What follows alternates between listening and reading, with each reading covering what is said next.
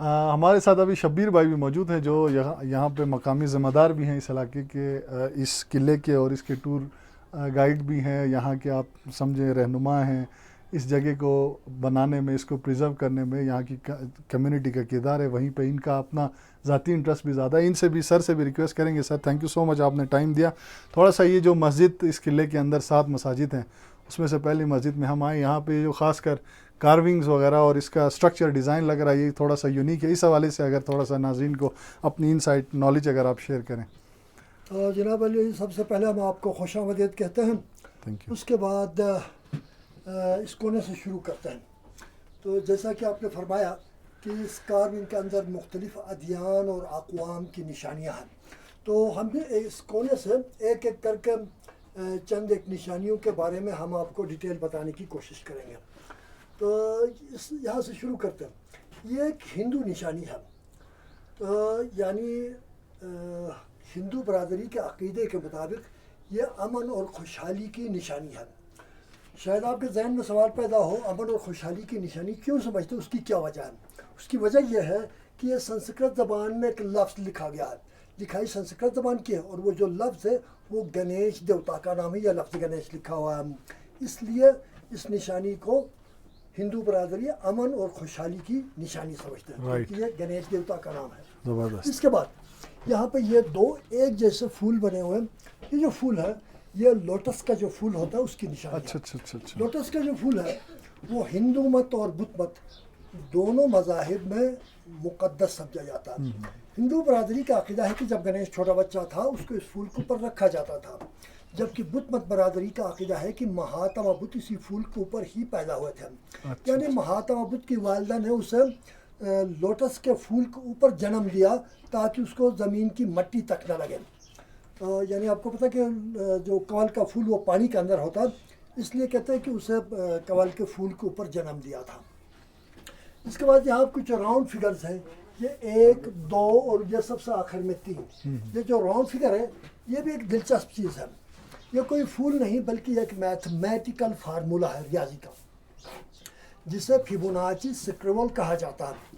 Fibonacci Italy کا ایک انتہائی مشہور و معروف ریاضی داں گزرے ہیں 1202 AD میں، یہ اس کا ایجاد کردہ فارمولا ہے۔ یہ فارمولا آج کے دور میں بھی مختلف چیزوں کے اندر مستعمل ہے، اچھا۔ خصوصاً جو حضرات سٹاک مارکیٹ سے ریلیٹڈ ہیں وہ بخوبی آگاہی رکھتے ہیں۔ سٹاک مارکیٹ کی مندی اور تیزی کو ناپنے کے لیے جو فارمولا استعمال ہوتا ہے یہی فارمولا آج کے دور میں بھی استعمال ہوتا ہے۔ اس کو فیبوناچی سیکوینس، گولڈن سیکوینس اور گولڈن ریشیوز بھی کہا جاتا ہے۔ تو اس کے بعد جناب یہاں پہ ایک یو شیپ سائن ہے، یہ جو یو شیپ سائن ہے یہ بھی ہندو مسلک کی محترم نشانی ہے۔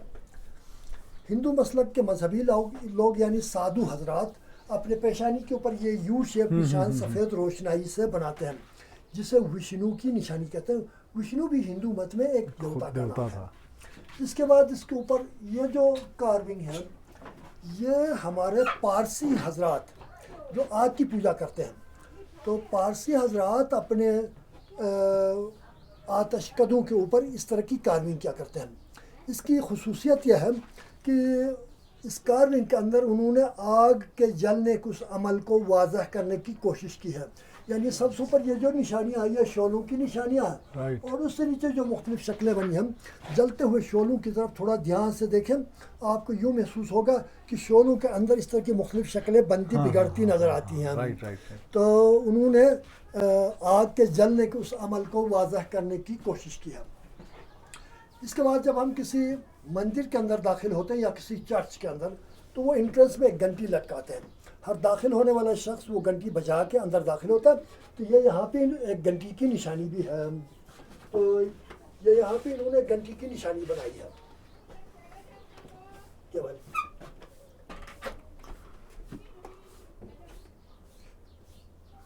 صحیح۔ تو اس کے بعد یہاں پہ یہ ایک ترشول کی نشانی ہے۔ تو اگر آپ کسی مندر کا وزٹ کریں تو ہندو برادری کے لوگ اپنے مندروں کے اوپر دیواروں کے اوپر اپنے دیوتاؤں کی وہ امیجنری اسکیچز بنا کے لٹکا کے رکھتے ہیں۔ اگر آپ کی نظر شیوا کے اوپر پڑ جائے تو شیوا کے ساتھ 2 چیزیں انتہائی مشہور ہیں۔ سب سے پہلی چیز، پوری دنیا کے لوگ سواری کے لیے گھوڑا استعمال کرتے تھے، جبکہ شیوا بیل، شیواز بل یہ مشہور ہے اس کا. اس کے بعد اس کے ہاتھ میں بطور ہتھیار دائیں ہاتھ میں یہ ترشول ہوتا تین ہے، نقطے والا بالکل، جو جس کو انگریزی میں ٹرائیڈنٹ کہا جاتا ہے، جبکہ ہندی میں ترشول کہتے ہیں. تو اس کے ہاتھ میں بطور ہتھیار ہوتا تھا. اس لیے یہ گنیش، شیوا جو ہے گنیش کا باپ تھا. اچھا اچھا اچھا. اور اس کی والدہ کا نام پاروتی تھا، اس کے باپ کا نام شیوا تھا.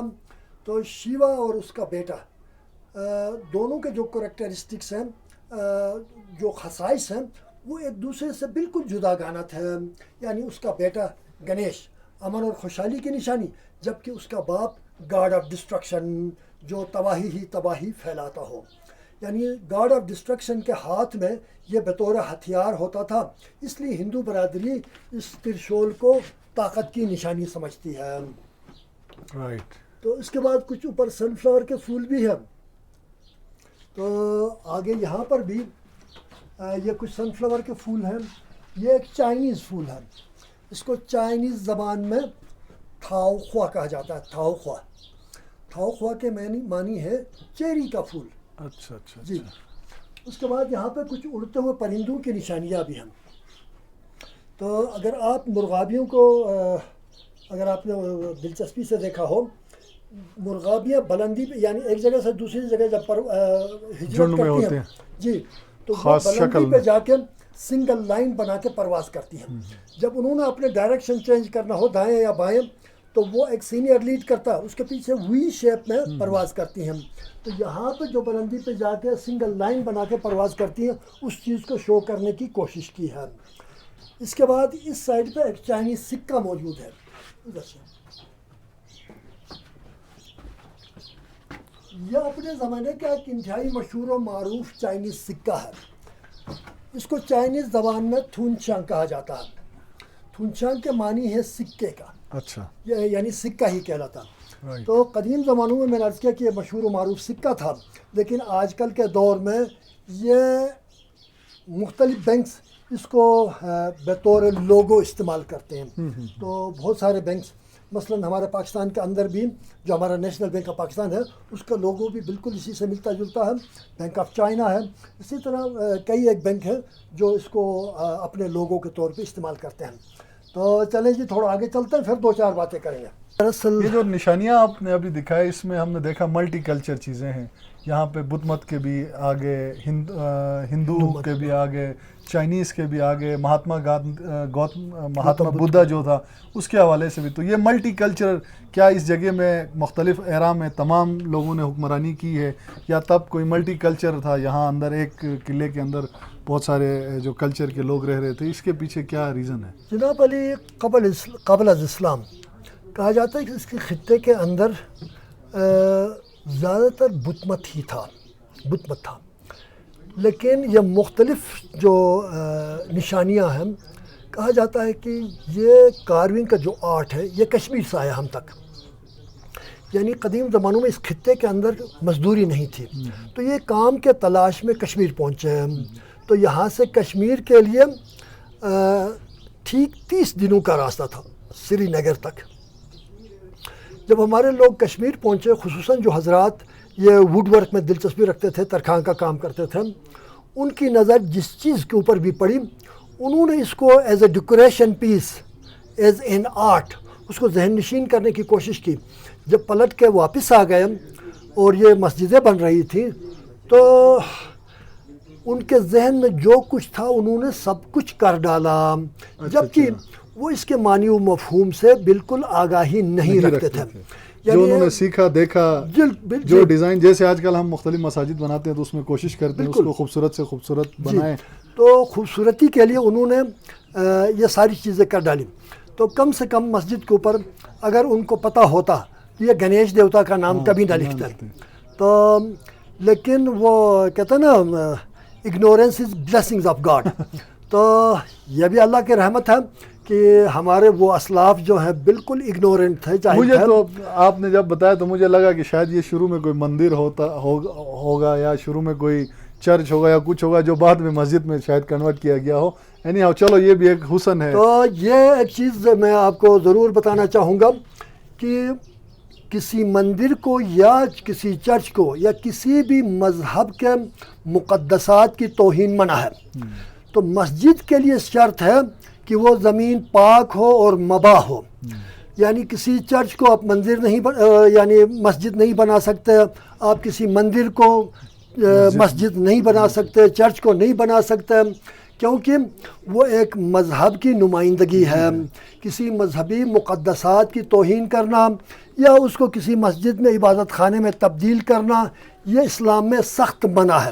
لیکن جو لوگ اس طرح کرتے ہیں شاید وہ اسلام سے آگاہی نہیں رکھتے, کیونکہ اسلام کا ایک مقصد یہ ہے کہ قرآن میں اللہ تعالیٰ فرماتا ہے جو اپنے انبیاء کو روئے زمین پر بھیجا اس میں سے انسانیت کی ہدایت بھی ہے, اور دوسری اہم چیز یہ ہے کہ معاشرے کے اندر عدل و انصاف کا قیام ہے. یعنی کہتے ہیں نا وَلَقَدْ أَرْسَلْنَا رُسُلَنَا بِالْبَيِّنَاتِ وَأَنزَلْنَا مَعَهُمُ الْكِتَابَ وَالْمِيزَانَ لِيَقُومَ النَّاسُ بِالْقِسْطِ. یعنی معاشرے کے اندر عدل و انصاف کو برقرار رکھنے کے لیے, عدل و انصاف کی بول بالا کرنے کے لیے اللہ کے نمائندے روئے زمین پر آئے ہیں. جبکہ ہم یہ عدالت کے خلاف ہے کہ کسی بھی مسلک کے کسی مقدسات کی ہم توہین کریں. چلیں سر, تو آگے بھی ہمیں اگر آپ وزٹ, ہم ابھی قلعے کے دوسرے حصے کی طرف چلتے ہیں. یہ میرے خیال سے مین سینٹر ہے جی. یہاں سے تو یہاں سے میں تھوڑا سا آپ کو یعنی قدیم زمانے کی جو انداز بودباش ہے, قدیم زمانے کا جو انداز بودباش ہے وہ اس طرح کا تھا. یعنی وہ پتھر کی دیوار بناتے تھے, سادہ گارے کا پلستر کیا کرتے تھے. اس طرح کی دیواریں جو ہیں وہ ویدر ریزسٹنٹ ہوتی ہیں, سردی گرمی کا اس کے اوپر اثر نہیں ہوتا. جبکہ آج کل ہمارا سیمنٹ جو ہے گرمیوں میں ایک دم گرم, سردیوں میں ایک دم ٹھنڈا پڑ جاتا ہے, لیکن اس طرح کی دیواریں جو ہیں وہ افیکٹ نہیں ہوتی. ان کے دروازے بہت چھوٹے اس لیے ہوتے تھے کہ قدیم زمانوں میں خطہ بہت ہی ٹھنڈا تھا, یعنی اس لیے یہ لوگ چھوٹے دروازے سردی کے اثر کو کم رکھنے. جی. تو اگر ہم دروازے بڑے بنائیں تو وہ زیادہ سردی اندر داخل ہوتی ہے, اس لیے انہوں نے چھوٹے دروازے بنائے تاکہ کم سے کم سردی اندر داخل ہو. پھر اس طرح کے 3 دروازوں سے گزرنے کے بعد اپنے رہائشی کمرے تک پہنچ سکتے تھے. فرسٹ انٹرنس میں وہ اپنے مویشی رکھتے تھے کیونکہ مویشی گرم ہوتے ہیں. دروازے سے داخل ہونے والی سردی مویشیوں کی ہیٹ کی وجہ سے کم ہو جاتی تھی, اندر مکینوں کے لیے ٹمپریچر کچھ نارمل رہ جاتا تھا. دوسرے جو 2 دروازے ہوتے تھے وہ سردی کے سامنے بار بار رکاوٹ کا کام بھی دیتے تھے, اور انسانوں اور حیوانوں کے درمیان کچھ فاصلہ بھی رکھنے کے لیے کام آتے تھے. ہر گھر 2 منزلہ ہوا کرتا تھا. نچلی منزل میں وہ کھڑکی بھی نہیں رکھتے تھے کیونکہ وہ سردی سے زیادہ خائف تھے. تو وہ رہائشی کمرے کے چھت کے بیچ میں ایک ہی سوراخ رکھتے تھے وینٹیلیشن کے لیے, جہاں سے کچھ روشنی بھی داخل ہوتی تھی گھر کے اندر. اور جب وہ آگ جلاتے تھے کھانا وغیرہ پکانے کے لیے یا ہیٹنگ کے لیے تو اس کا دھواں بھی وہیں سے خارج ہوتا تھا. موسم گرما میں وہ اوپر کی منزل میں چلے جاتے تھے. اوپر کی منزل روشن اور ہوادار ہوا کرتی تھی. آئیں جی تھوڑا مزید آگے چلتے ہیں.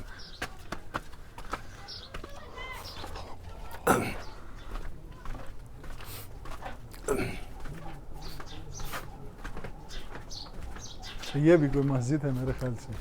جی.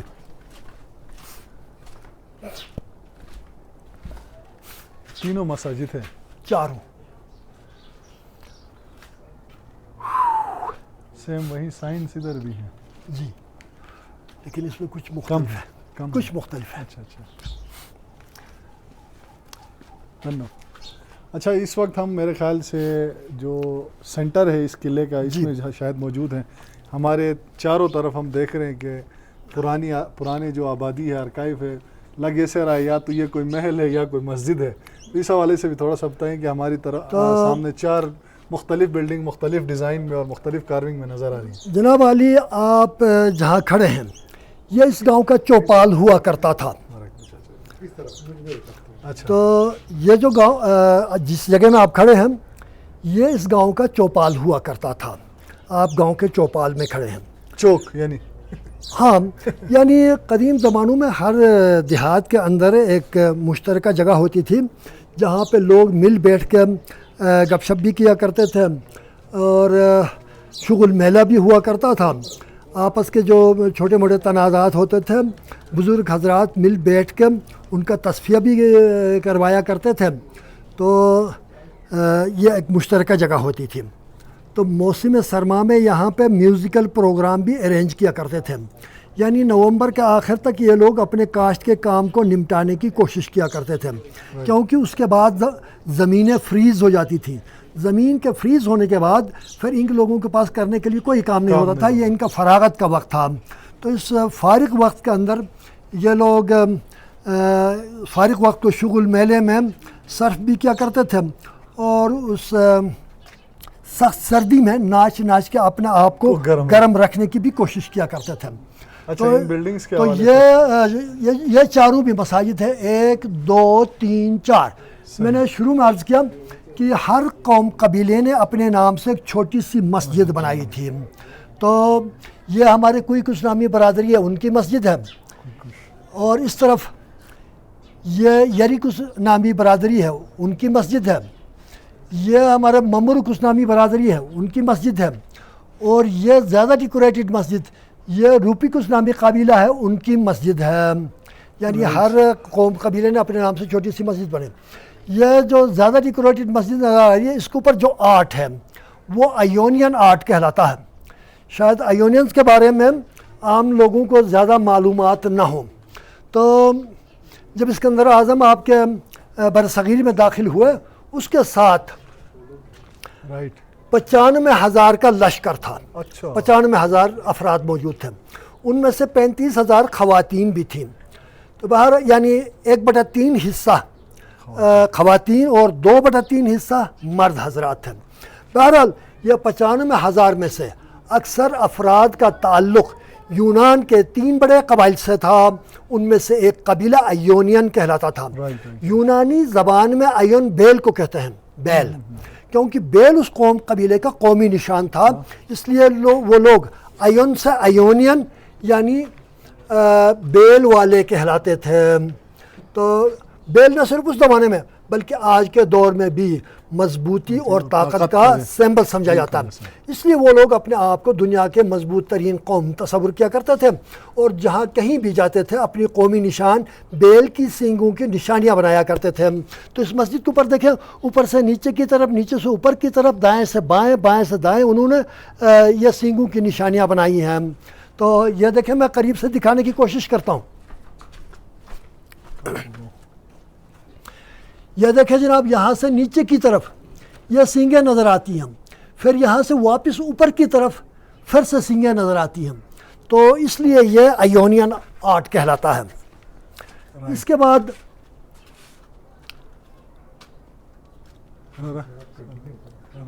بعد اوپر کچھ سن فلاور کے پھول بھی ہیں. تو کہا جاتا ہے کہ اسکندر اعظم کے سر پہ جو تاج سجا ہوا تھا وہ 9 پتوں والا سورج مکھی کے پھول کی طرح بنا ہوا تھا. اس لیے سورج مکھی کے پھول کو اسکندر اعظم کے تاج کی نشانی سمجھتے ہیں. بہرحال یہ گاؤں جو ہے 1856 تک صحیح سلامت تھا, اور یہاں سے گلیاں مختلف سمتوں میں گلیاں نکلتی تھیں, اور اس گاؤں کے اندر 300 کے لگ بھگ گھر آباد تھے. یہ بہت آگے تک پھیلا ہوا تھا. تو 1856 تک صحیح سلامت گاؤں تھا.